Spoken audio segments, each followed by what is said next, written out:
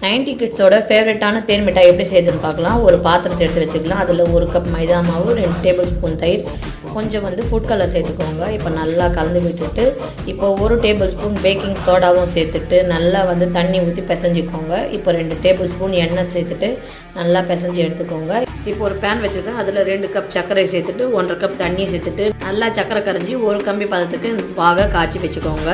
இப்போ ஊற வச்ச மாவு நம்ம கொஞ்சம் கொஞ்சமாக கையில் எடுத்து நல்லா ஒரு சின்ன சின்னதாக பால்ஸ் மாதிரி தேய்ச்சி எடுத்துக்கலாம். இப்போ சூடான எண்ணெயில் போட்டு நம்ம பொரிச்சு எடுக்கலாம்.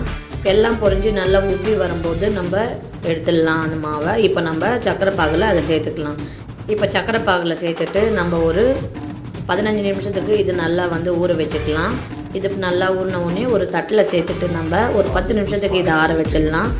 இப்போ அவ்வளோதான், நம்ம சூப்பரான தேன் மிட்டாய் ரெடி ஆகிடுச்சு. 90 கிட்ஸோட ஃபேவரட்டான தேன் மிட்டாய் ரெடி ஆகிடுச்சு.